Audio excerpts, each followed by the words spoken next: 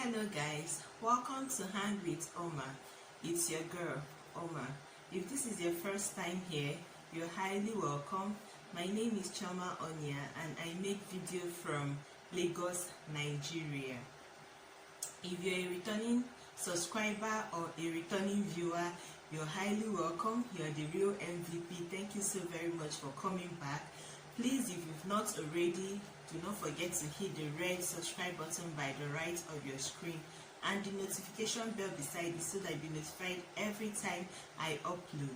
And please do not forget to give me a big thumbs up for this video. The thumbs up button is by the left of your screen. So in today's video, I just want to sit down and gist you guys about my worst experience as a mother, or should I say the worst nightmare. Is experience, is not a nightmare, like I've lived it. My worst experience as a mother so far. I never thought that I would make this video, but I'm feeling up to it today, and I just felt like just talking about it. This look I'm wearing today, I made a video about it. I must have put that up before this video goes up. So please, if you've not seen that, check the previous video. I'll put the link in the description box below. It's how I created this look just using 5 makeup products. Thank you very much, guys. So, where do I begin? I'm a very terrible storyteller. Let me start from there first of all, but I'm going to try to include as much information in this gist as possible. And this story is going to be a little bit scary because it involves a toddler having an accident. And man, am I really talking about this? Guys, I lived the worst experience a parent can ever think of, ever. It was when my now 19 months old, then he was just 12 months, when he just turned 1 after his birthday, like few days after his birthday. We were getting ready to go for our 1-year immunization on a very beautiful Wednesday morning. On a very beautiful Wednesday morning, I've already got him ready, like prepared him and everything. We were about having breakfast, and I stepped into the kitchen to pour myself a glass of water for my Lipton tea. My then 12-month-old started working at 11 months, so he was experiencing this, enjoying this new experience of working. Like, he was flexing it. He has worked for a month, but you know how children are. He tries new things every now and then, and that day was just not my lucky day. It was not my day at all. That morning I went in, I went into the kitchen, I poured myself a cup of water, and I was reaching out, like, I don't know how to explain this. So my kitchen has this kitchen cabinet that most kitchens have, and the height of the cabinet is way taller than my son, maybe with 3 or 4 inches as at then, maybe 3 inches as at then. And the cup was not placed at the edge of the cabinet. It was placed maybe I don't know how to explain it, but it wasn't at the edge. It was a little bit inside the cabinet. But that few seconds that I turned to grab a spoon from my rack was just enough, was all the time the devil needed to attack me that morning. Guys, just turning away to stretch my hand and get spoon from my plate rack, I heard the most heart-wrenching, high-pitched scream a mother can ever hear from his or from her child. My son had tiptoed, like raised his feet on a tiptoe and stretched up to get that glass of hot water, and then dragged it on his body. So I heard the screech and then the crash that came with it. You guys, I was lost for what felt like eternity. Right now, maybe it was 3-4 seconds, but then it felt like it was a lifetime, because At that particular point, my head was just all over the place. What just happened? Like what? Like, Jesus, no, this is not happening to me this morning. And you know, one of those mornings that you woke up at the right side of your bed, you did everything right, everything was going well for you that morning, and my child was cooperating with everything, brushing of teeth, taking his bath, everything was just going well. We were like making everything in good time. There was no much struggle that day. I was happy. We were even playing music and dancing, and the devil just struck at that particular moment, guys. I didn't know what to do. He was shouting. He was in so much pain. Have you ever put hot water to take a bath and then the water is a little bit too hot? You can imagine water for lifting, like, whoa. So by the time I recollected myself after that few seconds that felt like eternity, I picked him up. I tried not to touch the areas that I felt the water poured on him. I had already worn him his diaper, short and reversed. He has not worn the main clothes that we'll be going out with, because I felt like maybe after eating I will now wear him his blouse. But with that thing that happened, I had to carefully and gradually remove the vest that I've already worn, remove the trouser just to check how far the damage. All these things I'm saying were within splits of seconds, because my baby was crying. My baby, he wants me to carry him and console him, but he does not want me to touch him because he was in so much pain. Like, all these things I'm saying now, they're in seconds, guys. So I picked him up, I grabbed my phone, I was trying to shut the music up, trying to go to Google, like my hand was shaking, like I couldn't function, I couldn't do anything. So somehow, in the midst of all that chaos, I was able to, I don't know how, remember that I have read some article about first aid treatment for hot water, and the first thing that I was supposed to do is to put him under cold water and all that. So I carried him to my bathroom, I put on the shower and I placed him under. I was holding him, the water was cold, he was shouting, he was screaming, he didn't want to, like, God, no mother should ever have to go through this, ever. You guys, I was trying to hold him so that the water would run through his body, his face, his chest, like the major areas I felt that this hot water poured on him. And it got his face so much because, you know, the height, the cabinet was of a higher height than himself. So when he dragged that cup, he just poured from here, like it got his face mostly around this place. Like, oh my god, I'm really talking about this. Okay, so I held him under the shower for like about maybe 3-4 minutes and I took him out. A lot of things were going through my head, like I was trying to remember what exactly I read in that article. I remembered honey, I remembered a lot of things, but I didn't know the one like honey. I don't have honey. I remembered, now I cannot even remember, my brain is no longer functioning, but I remembered a lot of things. But the one that I felt in my head was safest at that point in time to apply on that burn was aloe vera, and I had it at home. So I went and plucked one of the aloe vera. I had very small aloe vera plants somewhere in my living room by the window. So I went to pluck one of the aloe vera leaves, scratched the gel and applied it on him. While I was doing this, you guys, all these things I'm saying, like this happened around maybe 5 after 8. All these things I'm saying happened within 7 to 10 minutes. While I was scraping aloe vera and rubbing on him, he wanted me to carry him, he wanted me not to carry him. I was not dressed at that point. I was looking for something to just wear on my body because I have to get to the hospital for first aid, proper first aid treatment. And I was worried, like the traffic around after 8 in the morning on a working day. School buses are going to be on the road.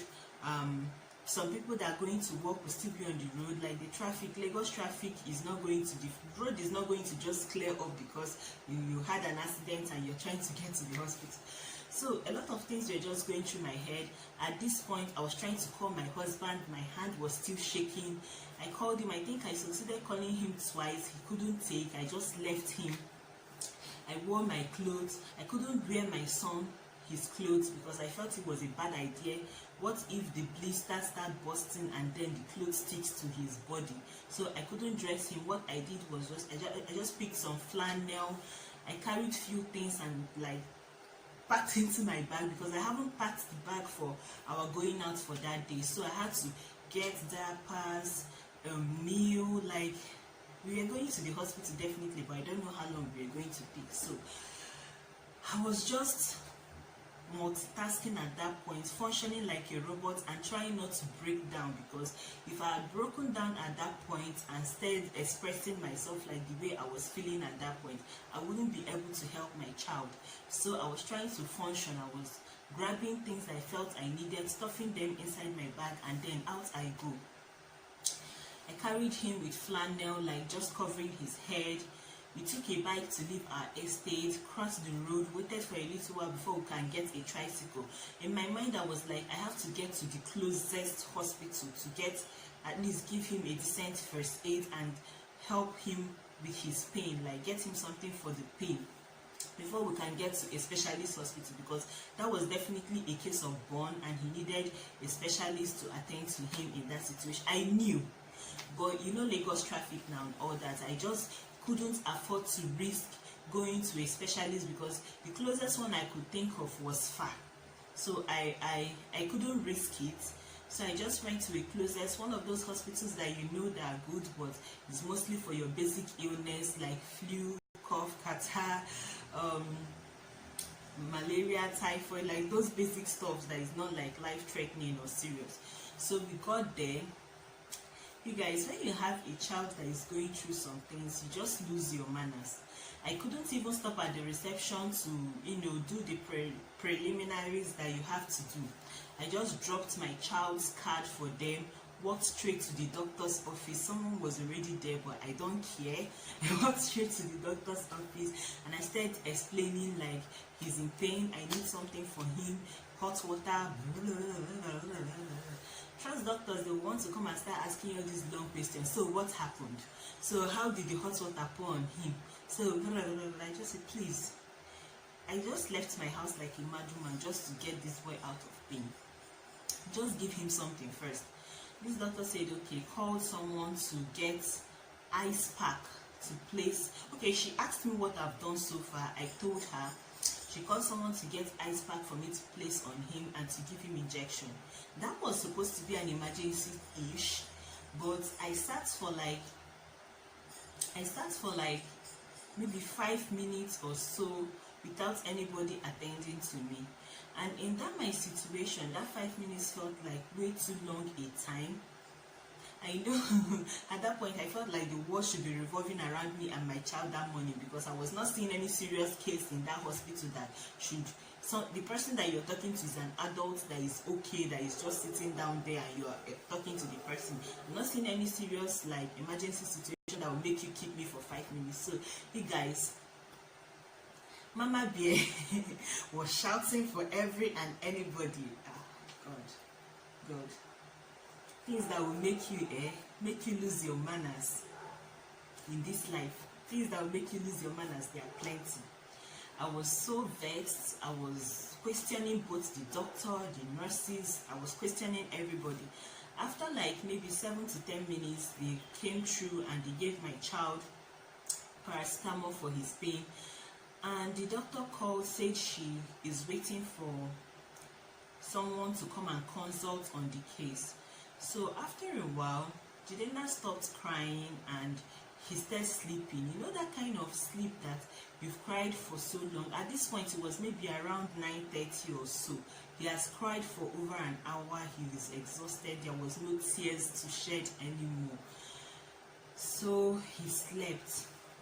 And even though I was not satisfied with was not satisfied with the attention that I was getting from the hospital. I was scared of getting up from that place because the room was air conditioned, the environment was cool, and I felt it was helping him. And I was so scared that if I get up from that chair, he's going to wake up and start crying. So I just sat there and I was crying.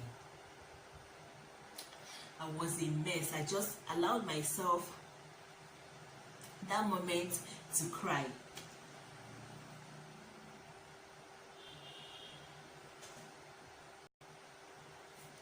I was speaking to my mother-in-law, my father-in-law, my husband, my friends. I was lucky enough to have a few doctors in my friend list that I know, my cousin, my friend's husband. So I called them and I was asking them. They were even the ones that helped me a lot. They were asking me questions to check his diaper, like how many hours has he been, is his diaper as wet as it used to be, has he eaten anything, has the doctor given him tetanus injection and all that. And all those things they have not done. They just gave us paracetamol.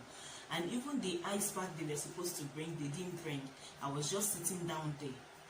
And with all those advice they were giving me, I needed to storm back to the doctor's office to question him. Sorry, her. It was a female doctor. And then to go back to question her. But I was so afraid that I would wake my child when I stand up from that chair.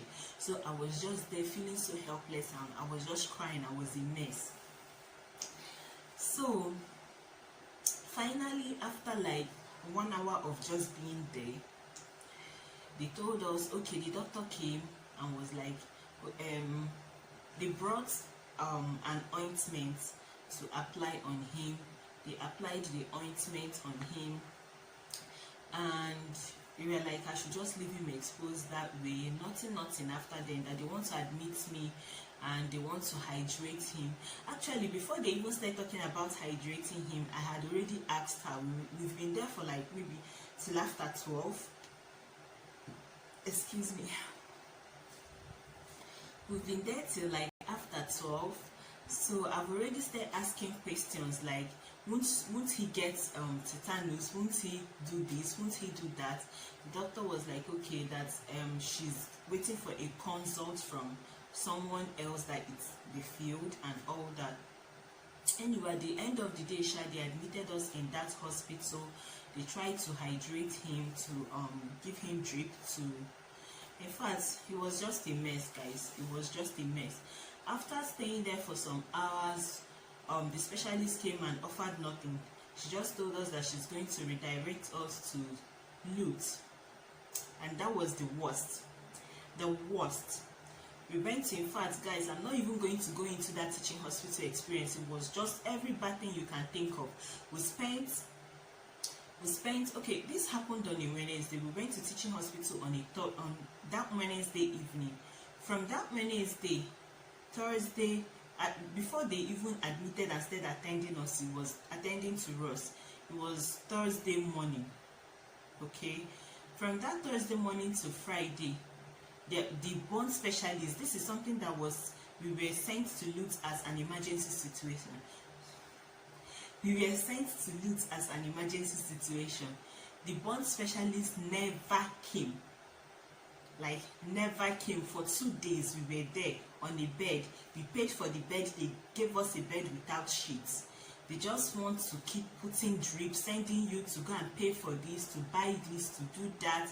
You have to buy disinfectant, Dettol, this and that for them. They didn't have water in a ward, pediatric ward, for over 24 hours. Like, that place is just the worst. Everybody there was rude and arrogant. They just wanted to extort from you. In fact, teaching hospital, see guys, if you're having a life and death situation or an emergency situation and you do not have somebody strong enough to maneuver all this ish in teaching hospital, just don't go there. Don't ever. After spending how many days there, we didn't see a bone specialist until my husband and I were like, no, we've had enough. We got up and we told them that we are going, that we've paid everything that they asked us to pay and we are leaving. So they said we cannot leave until we get a certificate that it's us that insisted we were going to. It was that morning, that Saturday morning, that we insisted that we are going. that they now start running around to see if they can do anything for him.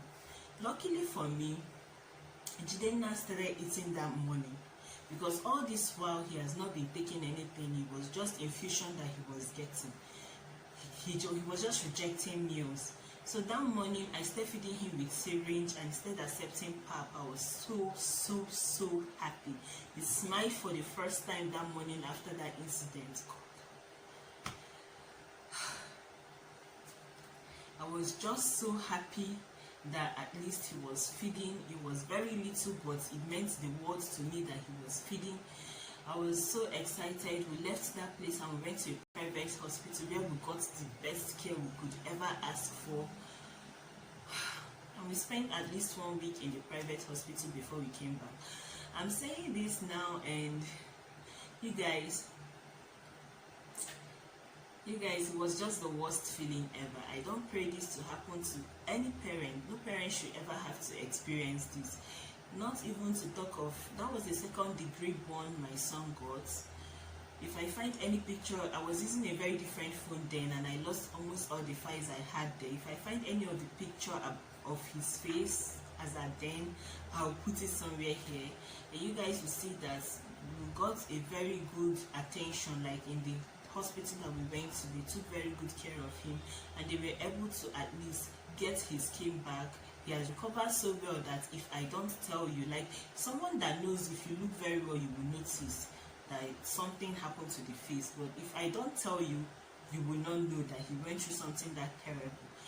And guys, today his face is just looking so clear, and when I look at him, I'm just like,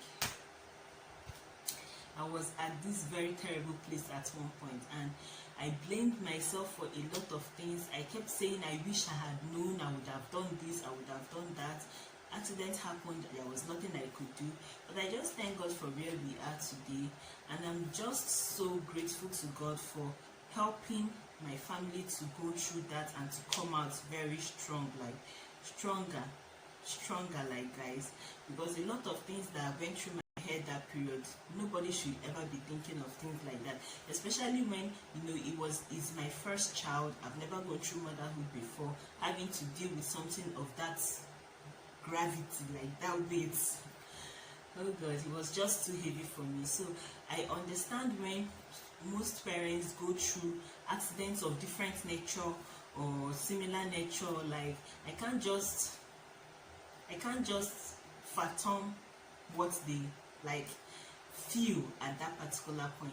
So with that, we are coming to the end of this gist section, guys. Please, if you haven't already, don't forget to subscribe to my channel. It's by the right of your screen. Please don't forget to give me a thumbs up if you enjoyed this gist. It's by the left of your screen. And if you've had any experience, or you know anyone that had any experience, or the worst nightmare that someone has ever experienced as a parent, or you have ever experienced as a parent, tell me about it in the comment section below. Thank you for clicking to watch, guys. I'll see you in my next one.